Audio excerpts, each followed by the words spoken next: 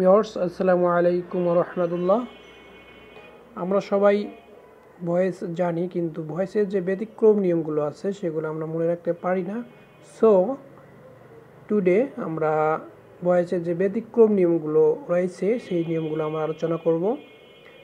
So কথা না বাড়িয়ে আমরা চলে যাই। সো ভয়েসের ব্যতিক্রম নিয়ম, প্রথমে যে নিয়মটি শিখব সেটি হচ্ছে may, might, must, can, could, going to, ought to ইত্যাদি থাকলে অ্যাক্টিভ ভয়েসকে প্যাসিভ ভয়েসে রূপান্তর করার যে রুল সেটি আমরা কিভাবে শিখব সেটি আমরা এখন শিখতেছি।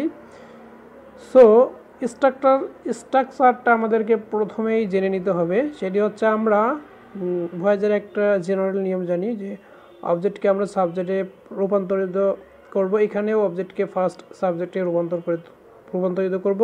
দেন আমরা may, might, can, could, must, ought to, going to এগুলো বসিয়ে দেব। দেন এরপরে আমরা বি বসাবো, প্লাস ভার্বের past participle from plus by, plus আমরা পুনরায় সাবজেক্টের অবজেক্ট রূপ বসাবো।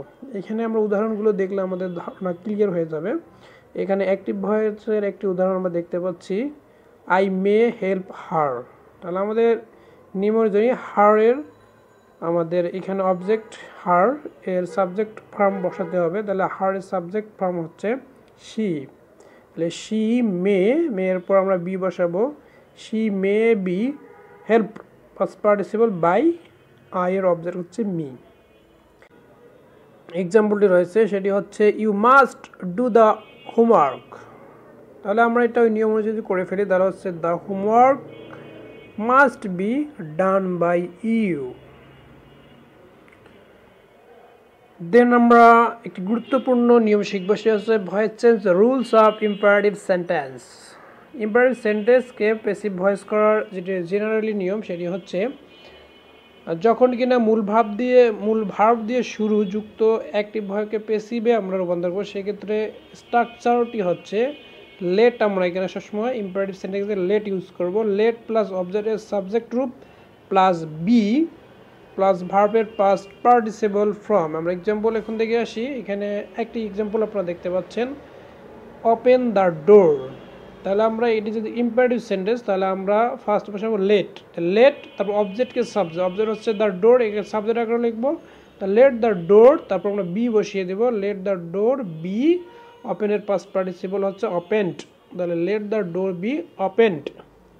এখন যদি ডু নট দিয়ে শুরু হয় তাহলে অ্যাক্টিভ ভয়েস, তাহলে সেটাকে আমরা যদি প্যাসিভ আমরা করতে চাই তাহলে আমরা কোন নিয়মটা ইউজ করবো, সেটি হচ্ছে যদি ডু নট দিয়ে শুরু হয় তাহলে আমরা লেট নট ব্যবহার করব, প্লাস অবজেক্টকে সাবজেক্টের রূপে করব, প্লাস বি প্লাস ভার্বের পাস্ট পার্টিসিপল ফর্ম। জাস্ট এখানে ডিফারেন্স পার্থক্যটা হচ্ছে ডু নট থাকলে আমরা লেট নট বসিয়ে দেব এবং বাকি স্ট্রাকচারটা আগের নিয়মেই। তাহলে আমরা একটু এক্সাম্পল দেখে আসি।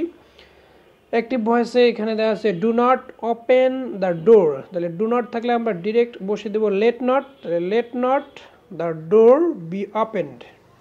এখন যদি ইম্পারেটিভ সেন্টেন্সের ক্ষেত্রে লেটের পরে যদি মি থাকে, আস থাকে, ইউ থাকে, দেম, হিম অথবা হার এই ধরনের ব্যক্তিবাচক অবজেক্ট থাকে, তাহলে আমরা কিভাবে অ্যাক্টিভ ভয়েসকে প্যাসিভ ভয়েস করব সেটি আমরা এখন শিখব।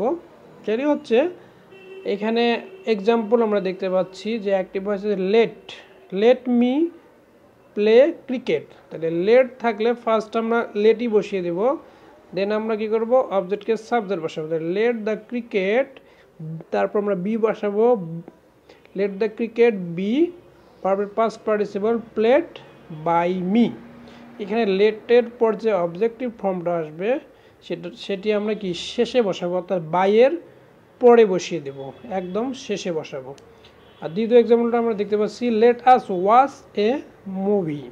তাহলে আমরা লেট থাকলে লেট প্রথমে বসিয়ে দেবো লেট, তারপর অবজেক্টকে subject let, a movie be বসিয়ে দেব ওয়াচড বাই আজ। আশা করি আপনারা রুলটি বুঝতে পেরেছেন।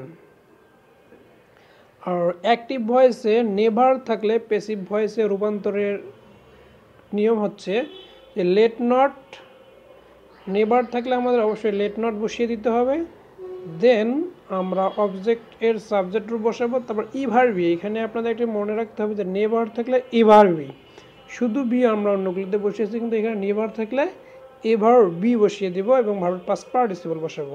তাহলে অ্যাক্টিভ ভয়েসের উদাহরণটা আমরা দেখতে পাচ্ছি, you should never tell a lie. তাহলে you should never tell a lie, তা আমরা প্রথমে লেট নট বসিয়ে দেবো, নেভার থাকলে let not, let not a lie ever be, এখানে ever be told by you.